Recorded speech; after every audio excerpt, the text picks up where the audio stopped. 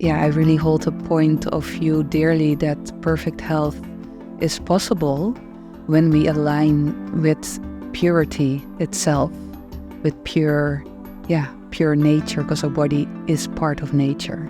Yeah, we may pain something bad or wrong, but what if pain is not bad or wrong, but just something that also includes the human experience? I've met so many people that have been sent to doctors and they look outside, and they're so tired from looking outside that there is only one option, and that's to look within. I have many women in my circle that are incredibly powerful. Mm-hmm. And many of us, if not most of us, would say we were raised to be incredibly masculine. It's exactly when we speak into those layers of truth, the subtle layers that often don't get spoken into. It's such a gift. It's such an opportunity to let more love flow. I think that's the medicine on offer that you offer, Rose, which is really about strengthening that tie to yourself, to your body, trusting that there's wisdom within all of us. That's actually not a survival mode, but it's actually I choose life mode. So it's not survival or fear-based living, but it's actually what do you truly want?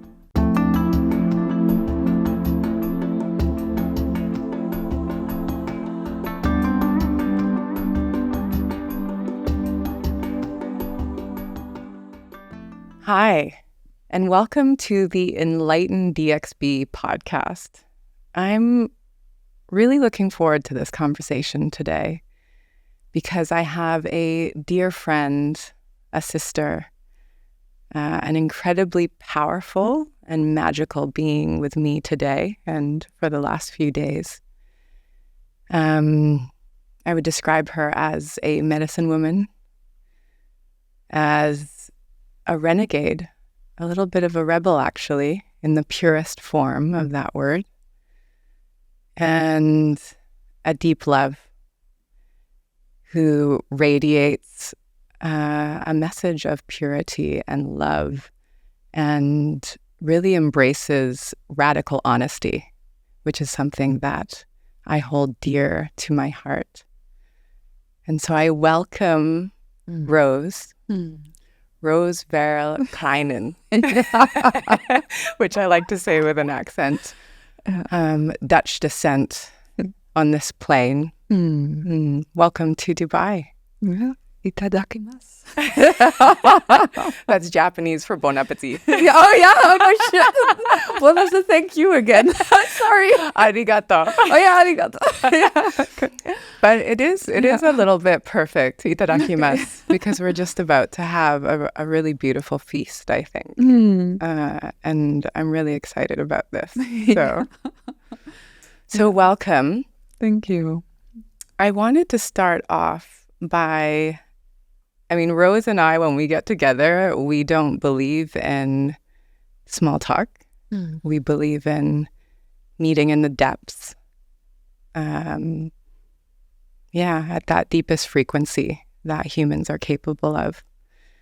And so my first question goes there, which is, Rose, what is it that, in your own words, you've been put on this earth to do? What is it that you are currently doing?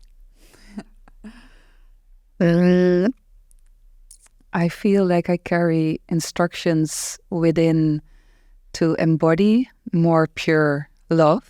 And that means, more in practical terms, I'm coming from a Western society that I've been very trained in to live from my mind. The school system that I've been going to. And after, finishing my studies, after, that, it was a beautiful time. But I got to drop into more of the body, and there a whole new path started.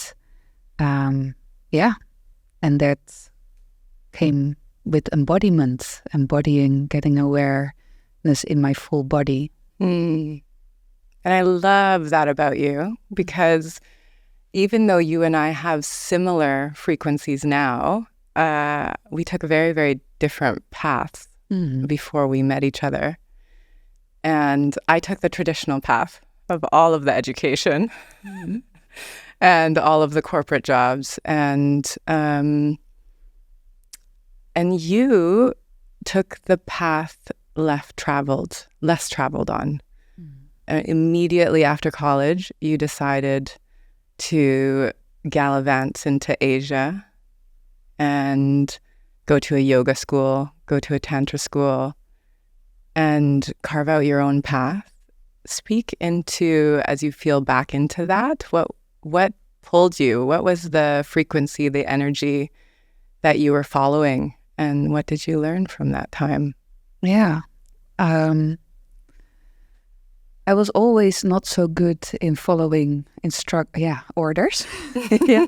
So if it was on the hockey field or if it was in school, I was always questioning, like, why this way? And some people can be just more disciplined and obedient. And I could be that enough to be in the school system, but not enough to, that I think when my mother really said clearly, you can be anything you want, and also letting go the charge of I would fail if I wouldn't continue with a master's and wouldn't continue with getting more educational achievements. Then I could also give myself the approval that my curiosity was somewhere else. And I also need to speak into that my body, when I was trying to continue with a master's, I got sick. My body got not well. And I was just quick enough to pick that up and change. Were you always intuitive about it? Like, you're one of the people in my life that is so aware of your body speaking to you and what it's saying. You know, many of us will know that something is off, but we won't actually know what our bodies are saying to us. And you seem to have this uncanny ability to really listen to your body and go, I'm feeling sick in this way because of X or Y. Did you always have that? I was just, I think, willing to sit longer with the question. So what's my body saying? I think everybody has this capacity. I'm not unique in that way. But I think also, you feel like if it's Einstein who said, I was just willing to stay longer with the question before the answer came, or something in that quote. You probably know better than I do. So that's how I feel. But then from a bodily perspective, that's a big part of the instructions I carry as a gift to share with the world, is really, sitting with the body as long as it's needed for, until clarity. Yeah, I think that's just another facet of you that I so admire, because when I was in graduate school, my advisor used to say, Erica, you're in such a rush. As soon as we tell you to go to point B, you draw the quickest line from A to B.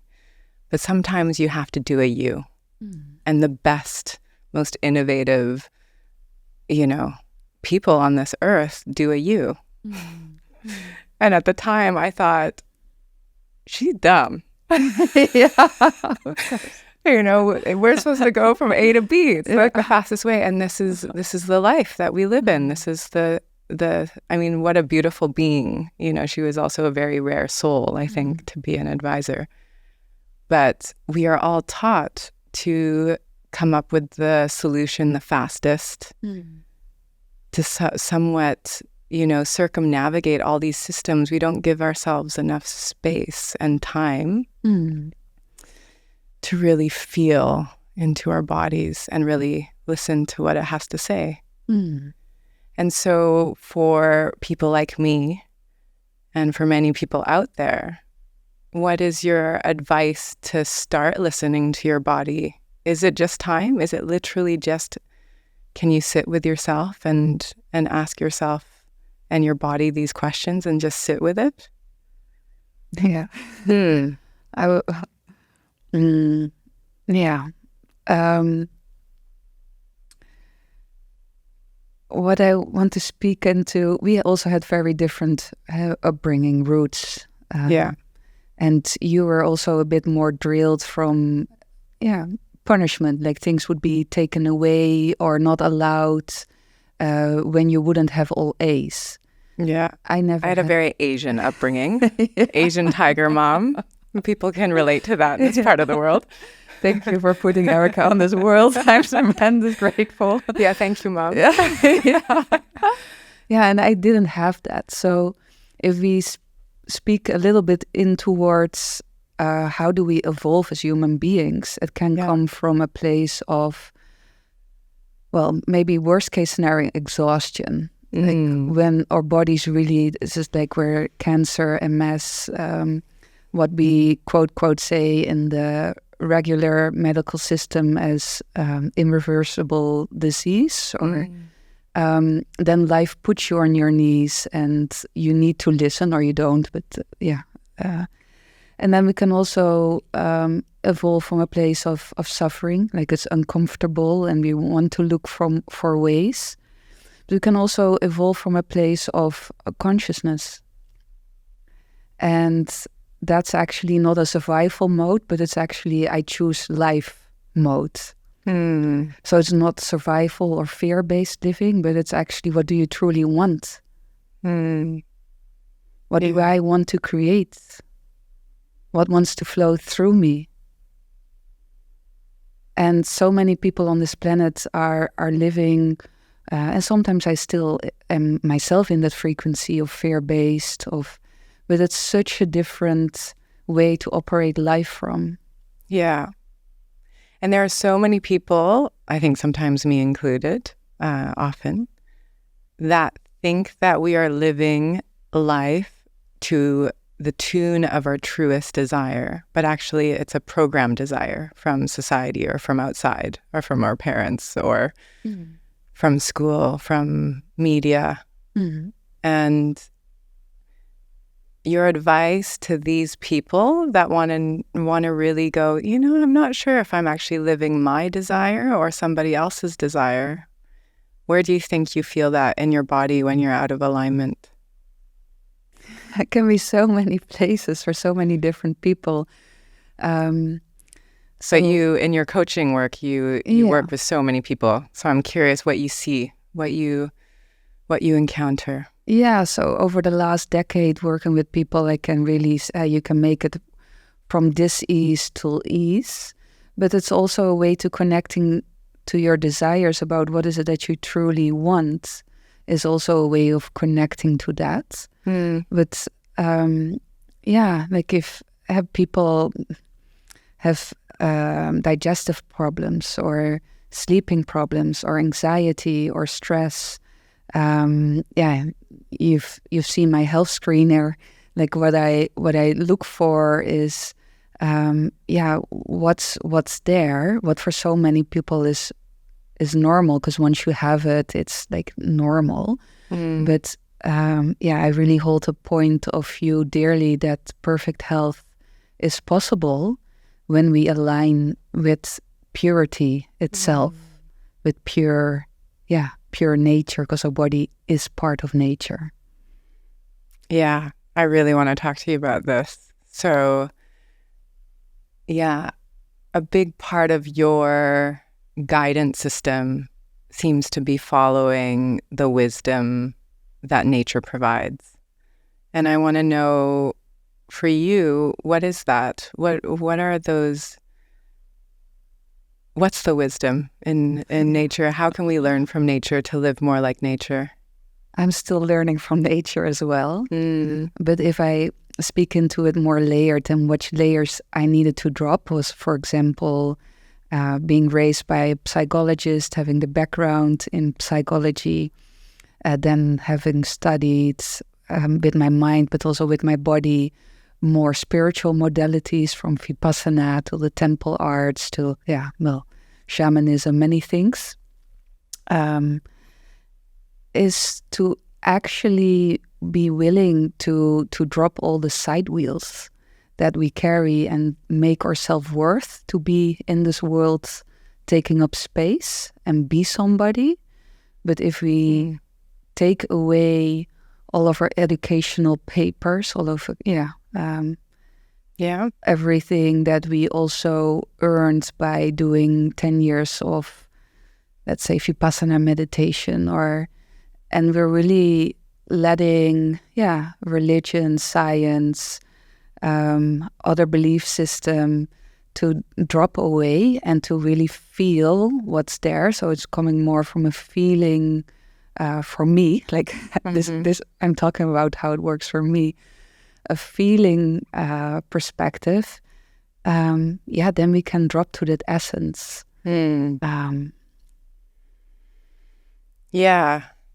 I think that's, when you speak into that, what comes up for me is, how I feel and why I love ritual so much. Because ritual, and to some extent Tantra, people always say, people have all of their distorted views of what Tantra is, but there was a teacher that said, at the essence of it, Tantra is bringing ultimate presence to whatever it is that you're doing. So whether it's us being totally absorbed in this moment, having this conversation, or if it's our morning coffee, or if it's having sex, or if it's, going to work and really being really present. Like, what does it mean to be super present? In those moments of ritual, of deep presence, I find myself finding wisdom that comes from inside. And it's not programmed from anything from outside. It's almost, it's something that speaks to me from another time, from another place. And I suppose that's, for you, that's what you call following nature. Does that feel accurate? Yeah, you speaking into it requires silence. It also can be very, that's why meditation, doesn't matter what form it is, but to just go and bring your your awareness internal is so beneficial. To kind of have, when you have a computer open with all windows, and then you just close your Gmail, your all those windows. And what happens when you close them, from my experience, is that you can listen more. I listen more to what my body tells me, or what my there's also an inner voice. That's also, it's not only bodily sensations. It's also there's a completer guiding system. But then you can distinguish better from what is more of a slave self. That for me, it's always very critical voice that tells me it's not good enough, or things need to be faster, better, etc. And then there is that voice that's more guiding, more supportive. Everything is exactly as it needs to be. Nothing needs to be changed. I can hear it in my own voice when I speak from that place. It comes from deeper in my body, instead of when I'm in stress and I'm going up with my voice. Yeah, and I want to come back to this. I remember a few months ago you were in India for a Tantra retreat, and you had said, there's so many people here that are having headaches, and like their body is speaking to them in some kind of pain. And I know I've gone through my own versions of illness, sometimes from, what feels like a ritualistic death of some kind, and some purification, we would call it. Let's talk about your last one. Yeah, it felt like a near-death experience, but I think some layers needed to be shed. And yeah, you really, in your work, you speak a lot about purification and how there are new earth bodies and that we are all upgrading and leveling up, and that requires purification. And I think a lot of people have some distorted views when we use the word purity and purification. So I'm curious, what's your definition of purification, and why is it that you love purification so much? It really moves you. Yeah. Yeah. Yeah. Let's get into what it's not. Like, it doesn't have to, it's not related to hygiene or how clean you are, how your environment of your house, or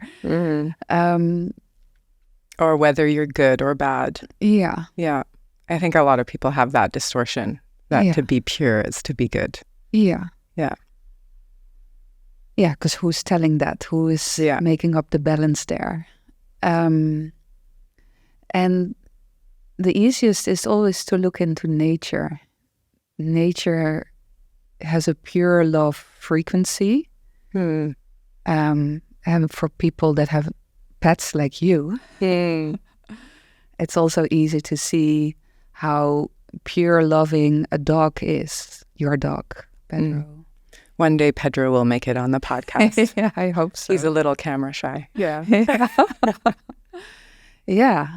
And many people can relate to that purity in loving with animals, that sometimes people found it difficult to find that frequency with human beings. Yeah. Yeah. It would be so beautiful. I mean, you and I do that, but it would be really beautiful to imagine a world where everyone just approached each other the way that we approach our dogs. Like, you're so beautiful. You're so gorgeous. Oh, who's a good boy? And if we would give everyone a cuddle, of course, people would probably think that we're nuts. And yet, what a beautiful world that would be. Yeah. Yeah. But nuts is living in a world where war is more normal than when we really love one another in a household. So to just make the distinguishment between how we see the gap between how we love animals, or for some people it's their garden, or for some people it's music. Yeah. And for other human beings, you can see what's in the way of that. And sacred sexuality, or had both the path that we walk of wanting to dedicate our lives to purity and really loving from a pure place, is to take away what's in the way. So what makes you love an animal purely, and maybe you found it more difficult with your father or your mother, or your husband, or whatever person that is. But if we take the time to feel and to look into it, what's in the way of there, we can purify that. So that's where we come back to the word purification. Yeah. And purification is just letting nature take care of a natural process already, what naturally wants to come from the shadows, or you could also say the body parts for men. There's often, when they have a bigger belly, there's a lot of shield placed there and hardening. If that wants to be purified, that for men that have something around their belly, weight or pain or indigestion, also for women with menstruation pain, endometriosis. Actually, it doesn't matter what disease, the list is long. The body is just speaking from, hey, this is a way in, take a look here or feel what's there. And through that process of taking the time and feeling what's there, you can take out a nail where you stepped in, or maybe that's passed on from ancestral luggage. And it is up to you that you get the chance to take that nail out. And that's called purification. Or for psychologists, trauma work. Yeah. Yeah. Yeah. Yeah. And I would love it if you could speak into, I think Gabor Mate talks a lot about this as well, but how, I think there's a quote that he says where, in this world, in this Western world that we live in, we are often overly medicating in order to, manage our pain. But that's actually not healing. Healing is actually the ability to feel our pain, so not to medicate. Mm-hmm. And I know you feel very passionately about this, and as do I, of people overly medicating painkillers at the first onset of a headache. Can you speak a little bit into why that is actually not helpful for our systems? Yeah. Without, getting too controversial. I mean, if you need medical attention, go get medical attention. But yeah, if we can, from that place of pure love, speak a little bit into, why it is important to feel the pain, whether it's emotional or physical, when that arises. Yeah. Yeah, we made pain something bad or wrong. But what if pain is not bad or wrong, but just something that also includes the human experience? And I think the easiest way to speak into this is actually to take your purification process as an example, if you're willing to open up. Of course. Yeah. Because that was the last time I was in Dubai with you, that we were at a Thanksgiving of your dinner. Friends, yeah. And your body suddenly made space to let something out. Yeah. And it was that we needed there. Happily, they had a gym. We do have to preface this, okay? So it could be behind locked doors. Because it's still very odd to listen to the body and make space for the body. And it's more convenient to pop a pill on a Thanksgiving dinner and to numb something that actually life wants to come through. So let me just speak into this a little bit. Okay. Because it's really funny. We were at a dear friend of mine's beautiful Friendsgiving, and we had done a rapé ceremony earlier, which is a ceremony around using tobacco, actually, as a ceremonial grounding. And I find myself very sensitive to it. And anyway, we were at this Thanksgiving dinner, and I started to have incredible back pain. And it was so painful. Like, the turkey was getting carved and dinner, and every few minutes I had to get up and stretch. And I was just in so much pain. It was bringing tears to my eyes. And I actually have an incredible pain threshold. So it was really, really painful. And I just got up and said, I think I need to go lie down. And my friend said, oh, you can come here. They had a gym in their house. So actually I laid down on the floor on these soft things. But then, it's something we laugh about now, but it was so difficult for me because we were there with 12 people, of which I knew 3 or 4. The rest were strangers, Thanksgiving dinner, like the apostles meeting. And then inside the house, I am screaming. I am screaming in pain, in agony. And it happens when I'm in shamanic ritual. There's a very, I don't know how to describe her, is this ferocious, animalistic, almost wild woman that comes out of me. And I was just grunting in my friend's house. And thankfully they were so gracious. But it was so difficult for me to be in that moment, wondering what will people think? I need to be home by myself to do this. But actually it's so natural. I mean, hopefully it doesn't happen all the time, but I was going through some kind of release process. And for those that have been in shamanic rituals know that can happen. Otherwise, it might sound like I'm a werewolf.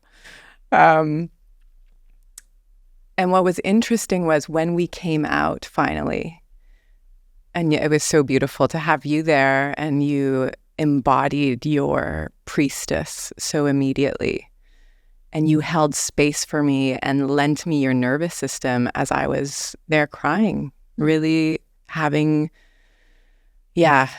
all of my systems were coming online, and I was being super self-conscious, but the pain and whatever wanted to be released just needed to be released. And finally got to a place where it was time to go home. And I stepped outside, and, bless her soul, there was a woman there that just immediately offered painkillers. Oh, I have really strong painkillers. Let me give you these. And we spoke about it on the car ride home, of how,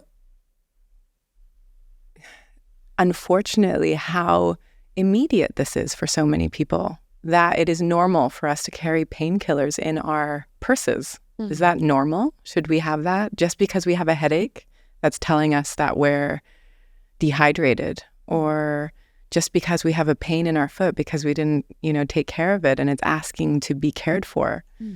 And instead, we are consuming medicine to silence ourselves, to not listen to our bodies. And so, again, coming back into nature is, I think really tuning into ourselves and asking ourselves, do we need pain medication? There are some medications that are really helpful, but to really be conscious about using it. And I think it's been about 5 or 6 years since I took a Tylenol or a Panadol. And I also want to say, for those who are not, so convinced on the spiritual level of really listening to your bodies, as a former athlete and as a geeking out, biohacker, it's also incredibly important for your gut biome, for our health, for our longevity. One Panadol or Tylenol it's like, they call it a grenade in your gut, and it takes 6 months for that healthy bacteria to grow back. And so imagine the people that are taking an aspirin or a Panadol every week. You have no gut that is supposed to take care of your immunity. And it's also referred to as the second brain. It's where your intuition comes from. Absolutely. And that's where the place where you can feel how to navigate life. Yeah. But if we look at what's been the norm, we've been told in the school system, from doctors, psychologists, people, that we placed in a place of power instead of carrying the power within. We gave the power away, and that became the norm. Yeah. So I'm also, feel that I carry instructions within to support people and empowering them in their own process where they're at. If you're taking your own antidepressants and you're taking a lot of medication, I'd love to support people in tapering off and facing what comes up in emotions often in that process. But it needs to come from your own sovereignty, wherever you're at in that, purification, aligning with your own nature, willing to listen. And that's often when I've met so many people that have been sent to doctors, and they look outside, and they're so tired from looking outside that there is only one option, and that's to look within. Yeah, beautiful. Yeah, I'm noticing I have a family of doctors. But I also want to say, it's not about bashing any which way, right? No. Even going after holistic doctors, or even going after spiritual avenues. It's not the whole message is empower yourself, educate yourself. Go. If you're someone like me, I will call my sister, who's a cardiologist, and her husband, who's a gastroenterologist, who actually is studying alternative medicine as well. Because specifically with gastro issues, he has noticed that Western medicine, it really has more to do with stress. It has to do with trauma. It has to do with your mental well-being. And so even Western medicine is catching up to this. But I think the key message, I just want to, there's a part of me that really wants to underline this or double click on it. It's not that we're saying one way is better than the other way. It's about really empowering yourself, about trusting yourself and educating yourself in all of the ways. But then at the end of the day, just because a naturopath says this, or someone on YouTube says this, or a doctor says this, or your mom says this, none of that really matters. It's all data points, and you have to trust your gut, actually. And I can feel some people cringing out there as I say that, but I think that's the medicine on offer that you offer, Rose, which is really about strengthening that tie to yourself, to your body, trusting that there's wisdom within all of us. And I think this is also a great segue into the type of medicine that, there are also great medicines out there that you also work with, or you work with some of them. And I had a beautiful opportunity over New Year's last year to go to Netherlands and to do a truffle retreat with you, to dance with what some people might call magic mushrooms, psilocybin. And first, I want to ask you how you came across it. Like, how did you decide, or how did it choose you? Like, what's the story of how you became a medicine woman and a shaman leading people through truffle journeys? I cringe a little bit by the word, like, to be referred as a shaman. Because I speak into that. It's the same. Yeah, I'm not sure if I feel like a shaman. The same as I don't feel like a psychologist. The same as I don't feel like a tantrika. There's so many tools that are been very beneficial on my own path that they naturally came at a point that people invited me to share them. So, I'm mostly comfortable with my own name. I'm Rose. I'm Erica. Yeah. I don't have a role. Like many, I'm not one of those people that like many names and titles behind their name. That's not what I feel comfortable with. And how I came to that is actually life invited me. So my first business was a yoga school when I just returned after my travels for 2.5 years. Then my second was a retreat center, and in between, somebody invited me to facilitate those kind of retreats as well, just by her gut feeling, I would say. Her name is Natasha Pelgrim. I really speak highly about her because she is a 10-year-older version of me, but such an embodied, loving woman that shares her medicine, her frequency. And she was a pioneer in the field. Also, yeah. And she was working for a company that made the synthesis between the ancient wisdom traditions and the science.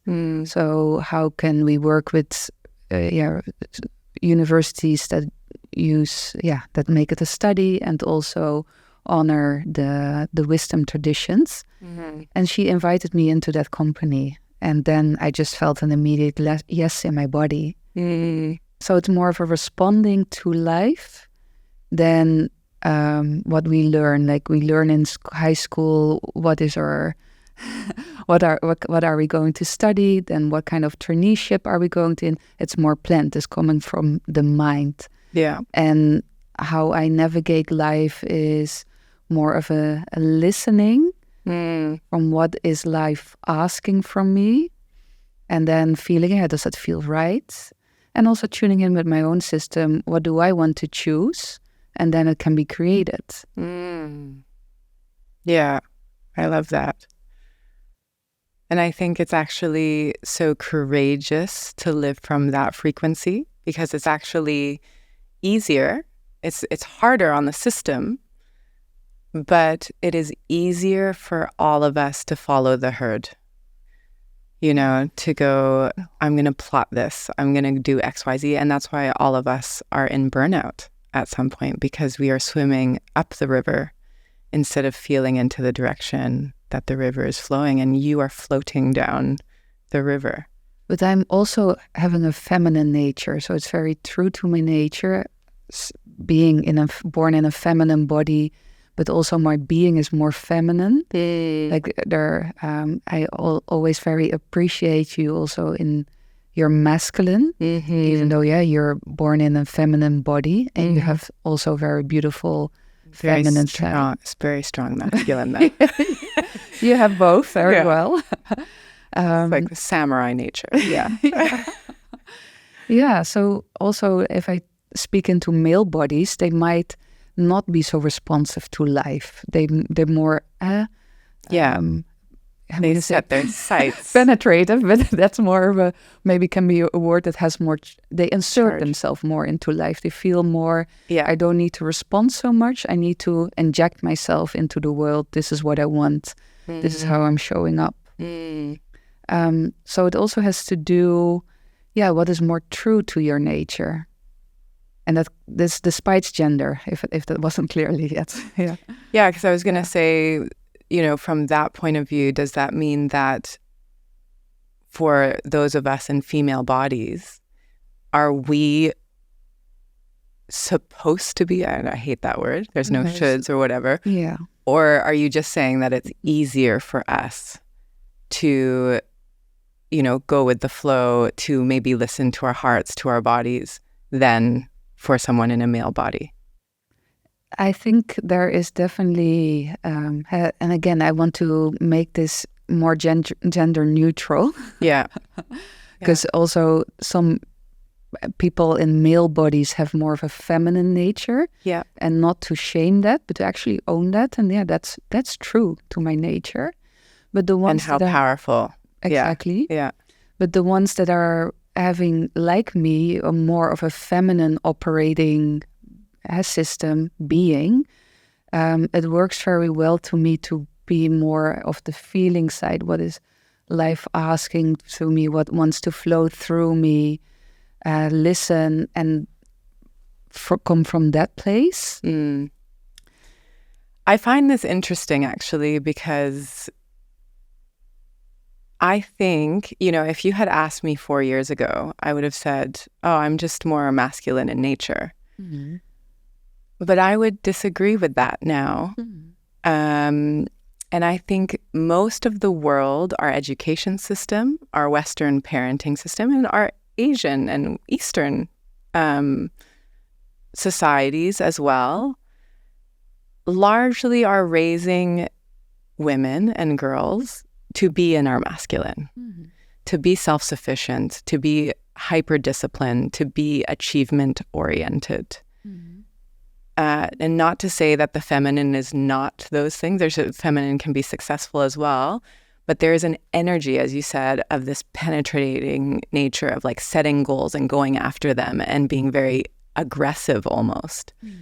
And, if I have many women in my circle that are incredibly powerful.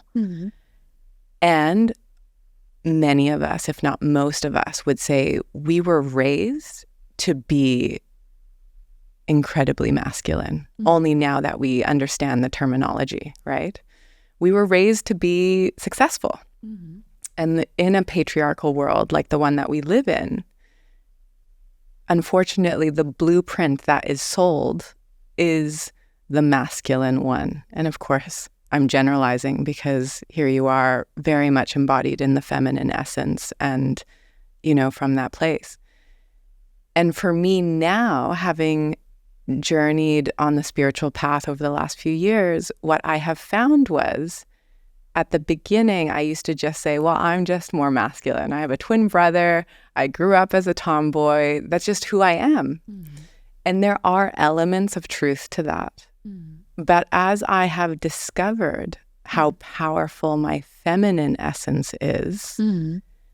it's made me realize that I thought I was really masculine and that was my baseline. But it's not. My baseline is actually deeply feminine, and I crave to be in that energy, to be in flow. And it still is incredibly scary to change the pattern, to live life, to surrender, to let go of control, to not plan, and flow with life, with, wherever the universal rivers are meant to take me. And I find that when I am able to do that and trust my feminine nature, everything falls into place and everything is easier. I don't feel like I'm an Olympian swimming up the river in the direction that I want to go. I'm literally letting life flow through me, as you said. And I would invite many women out there to really ask themselves, are you actually, and some are, right? But are you actually, at your essence, more masculine in nature? Or were you programmed that way? And is that nature? Or is it nurture? And I think of all my friends, most people would say I have very strong masculine. And so if I think and feel in my body that, yes, I have a strong masculine, but I have an even stronger feminine that wishes to come alive, then I ask everyone to question what their essence is. And men too. I know many men who have a much stronger feminine than they would care to admit. But when they do, somehow success finds them in ways that, it's never found them before. Yeah.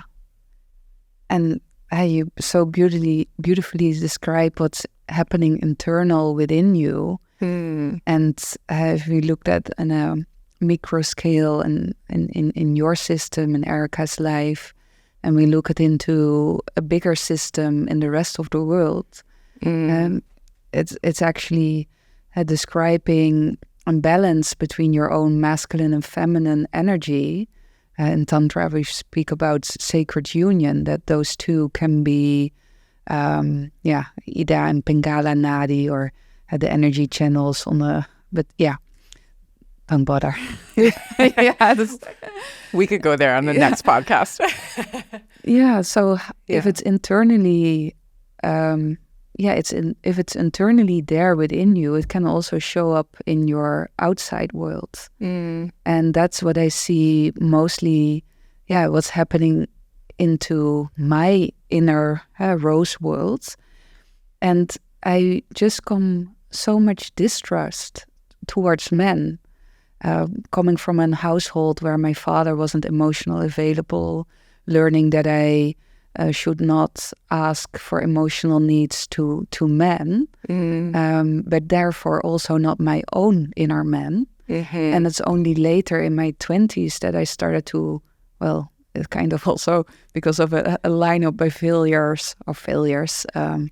by many relationships that were also painful, because I just didn't know how to navigate and to be in harmony and in loving presence with another human being called a masculine, called a man. Yeah. And it's now in my 30s that is like, wow, I'm just in awe of the men that are in my life. If it's someone I'm intimate relating with, having sexual fluids, intimate life also shared with, or if it's really a brother that I appreciate, there's way more of a dancing harmony and truth that can be exchanged than ever before. I feel it very strongly. Often women will say, where are all the good men? When we've been dating for a while and it's been a struggle. And when we can change that And I know you and I have that mentality of there are so many beautiful men. And when we are really plugging into that frequency, I am constantly amazed at the men that show up, that can really hold space, that can really, they want their hearts to be seen. And for us to think that they're so different, I think is wrong. You know, of course they have strengths that maybe the feminine doesn't, and vice versa, but we all have both of those energies. Yeah. And yeah, I'm really inspired by the men that I'm meeting right now that are showing up. And I know you have many in your life as well that are just showing you how strong their hearts are, that they can vibrate and live from that frequency of pure love. Yeah, but also if you look into our dynamic, like then there are two people there, the two people here, your inner man, your inner woman. Yeah. And what I can also feel in our dynamic is that sometimes is it like, really, can I lean on you? Like, is this okay? It's, for example, why I think, but correct me if I'm wrong, why you hadn't asked me if I could take care of Pedro. Like, and for me, it's such a given when you're gone for those 2 days to India and I'm still here. I didn't ask Rose to take care of my dog. And Pedro is like a part of you, so why wouldn't I want to take care of Pedro? But that's where I can feel also that we're still learning and navigating, how do we do that in sisterhood as well, where they're also, we're also... Yeah. And I have that sometimes with you. Well, I sometimes feel that you pay more in our dynamic. Yeah. I sometimes really feel into that. Yeah, is this okay? Am I not too much? Is this should I not? Yeah. We do switch, but I was telling you the other day, for whatever reason, because you're so embodied in your feminine, the natural, what it elicits from me is for me to be in my masculine. And it's actually a beautiful dynamic to be in sisterhood with someone. And then notice that my masculine comes out. So it wants to. My masculine has a name, and his name is Xavier. And Xavier wants to take care of you, doesn't want to burden you. When you're around, I want you to have a really seamless time when you're in Dubai. And so, it's like, it's like you don't ask and it's so interesting, right? Like of course, in partnership, if it's 50-50 and if we do agree that everyone has both sides, then of course I would ask you. Maybe it would be a brother to brother ask. But I haven't met your man, your inner man as often. And actually now that I'm sitting in front of you, maybe Xavier and your inner man, which we have not named yet, should meet. And they have met here or there. You've tried to elicit it through wrestling. The things that we get up to. But thank you for speaking into that, because it is such a small thing and yet such an illuminating thing about how our inner feminine and masculine sort of dance together. Yeah. Yeah. And it's exactly when we speak into those layers of truth, the subtle layers that often don't get spoken into. It's such a gift. It's such an opportunity to let more love flow. Because it's really something that I'm so grateful for Xavier that he does that. And I want to keep him appreciated and not take it for granted, but also to be in attunement from, is this really right?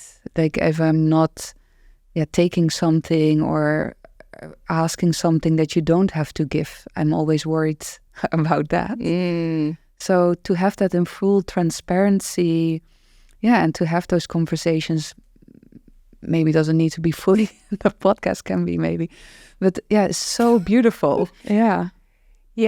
And I think it speaks to, one of the reasons why I so cherish our friendship is both of us, and you more so than me. I've come to this later than you have, but we both have a fierce commitment to radical honesty and what you call naked truth. And we think, oh, radical honesty, truth, super easy. It is the hardest thing to be so fiercely honest. And I think some people on the spiritual path go, I'm just going to be really honest and say whatever my truth is, and that's it. And that's a terrible way to go about it.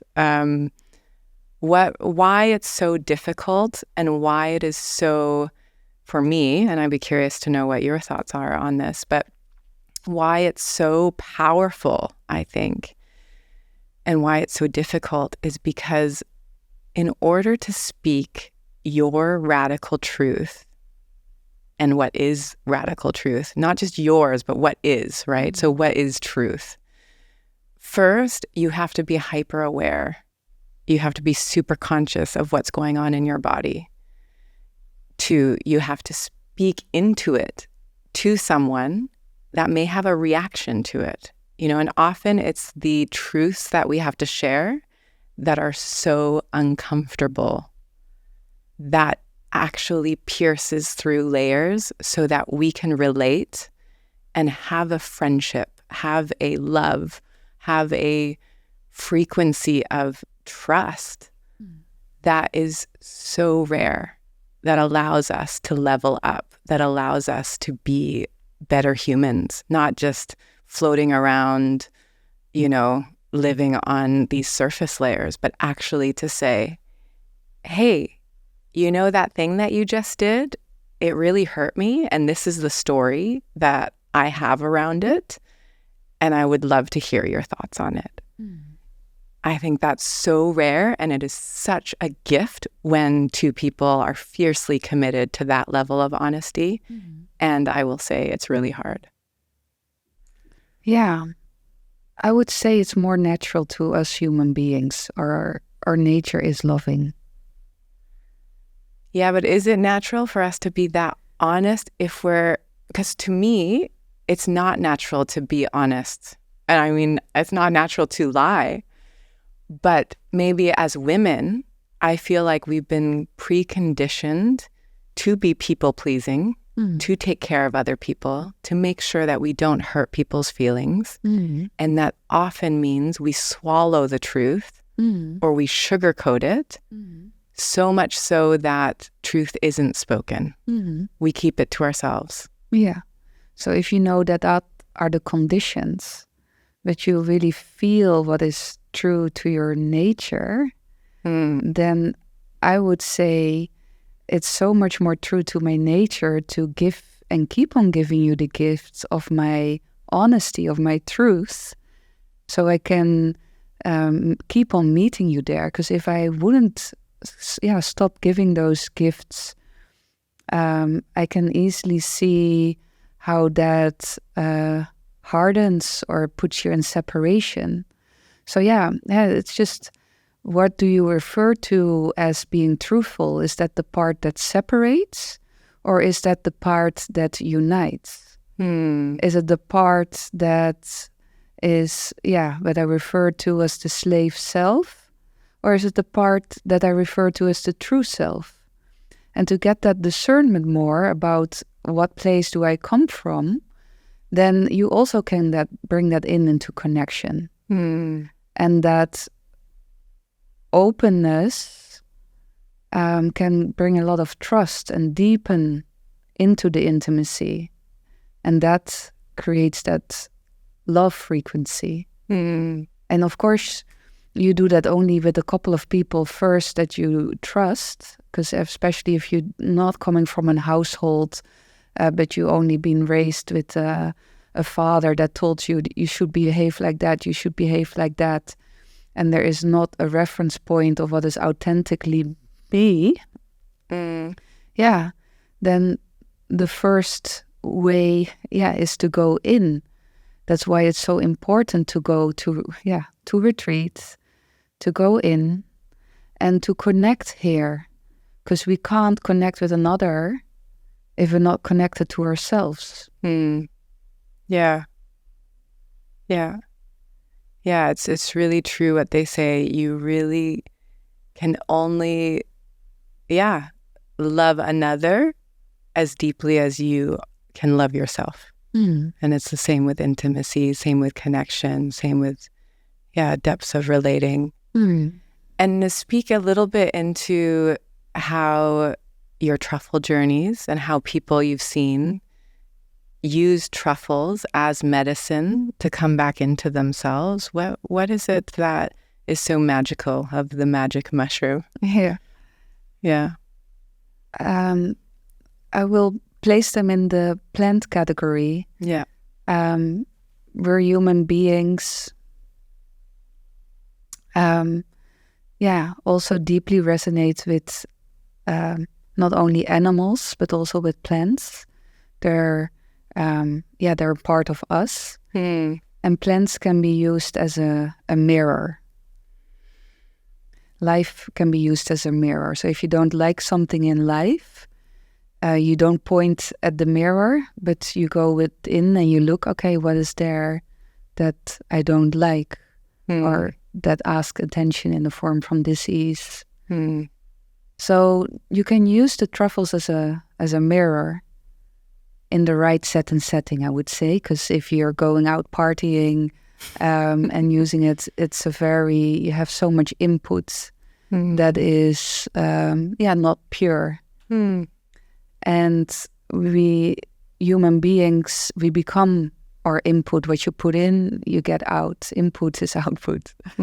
So if we're aware of the environment we're in, that's why where you live, how much nature is around you is so important, because you become a different person when you live in New York City on the 17th floor, or when you're living with your feet barefooted on the earth in Bali.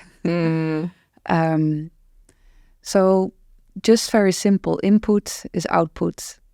And when I work with truffles, I make sure that it's a curated setting where people feel safe and really can go within, because you need safety to really say, I close my eyes and go within. If there's no safety, your natural want to look outwards. Yeah. I had my ceremony with you, and I have to say, it was really, really beautiful as I think into and it's also very ritualistic, right? There is something, it's not parting with these medicines. It is, you are there in ritual. And then I ask myself, what is a ritual? And a ritual usually has three components. One is intention, which you ensure that we set. Second is attention or presence. So we are fully embodied and in that moment. And third is, to some extent, repetition. And I think there's not a lot of repetition, but for you, there might be running these retreats, but it very much focused on intention setting and being fully present through that. It was like a 7-8 hour journey for me. And I had never done anything I had done other medicines journeys, but the way that space was held by you, Rose, it just infused it with such safety. And one of my intentions, as you know, was for me, I have a 101-year-old grandmother in Japan that is my favorite person on the planet. And I've been preparing for her death, which will happen at some point. Those are things we can't control. And I have to say, 8 months ago, I couldn't speak like this without crying. And having that, journey with you in December really put my heart at ease. I really came in with the intention of making friends with death. And what would that look like to support my grandmother to cross over to whatever is on the other side, and then to prepare for that. And so I found that incredibly powerful. I also had Xavier and Xena show up, and there was a lot of sacred union elements within me that was dancing during that ceremony. And so there was a lot of power there. And I just want to speak into at enlighteneddxb.com, we will be putting a wait list together of anyone who wishes to do a journey like this. I think it's so powerful to bring this offering that you bring to everyone, to anyone who wishes to do that from here in Dubai. We'll have to fly to the Netherlands where it's legal.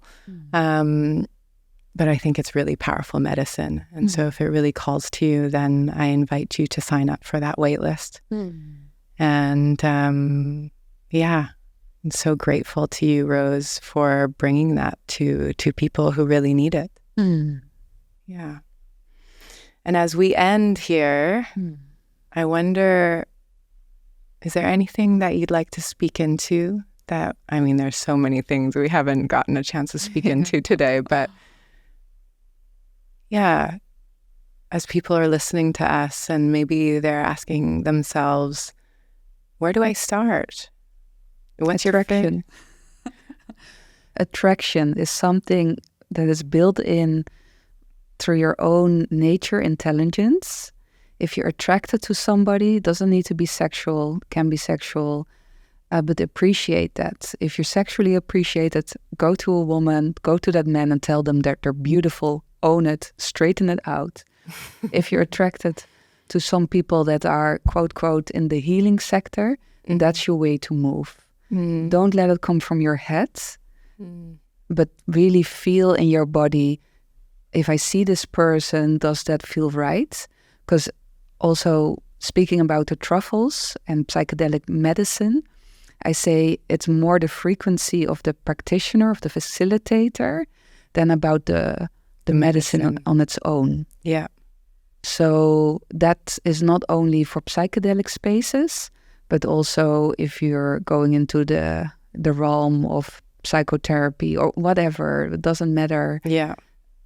Use your own guiding system, and attraction is a beautiful way for that. Just gifted by nature. Yeah, make room for our desires, follow attraction. Oh, I actually haven't heard anyone say that in a while. It's so true. So true. Rose, thank you. What a beautiful conversation. And I look forward to the next time you're here in Dubai. Yeah. I enjoyed it very much to step into a little bit of naked truth, and also, to let your own personal, rawness in experiences come into this podcast. So thank you for meeting me and the people who listen in that truth. Absolutely. Where can people find you really quick? My website, nakedtruthretreats.com. Yeah. Or Instagram, nakedtruth_guide. Or if you want to have it more formal, on LinkedIn with my... You have a LinkedIn? Shocking. Sorry. What role did Rose put on her LinkedIn? That's the question. Yeah. Surprisingly, I work very well with corporate... That's true. Unicorns often. They're ready to drop into their minds. They have walked the path from their heads long enough. Beautiful. So thank you so much. And we'll have all of this stuff in the show notes. And thank you for joining us today. We'll catch you next time.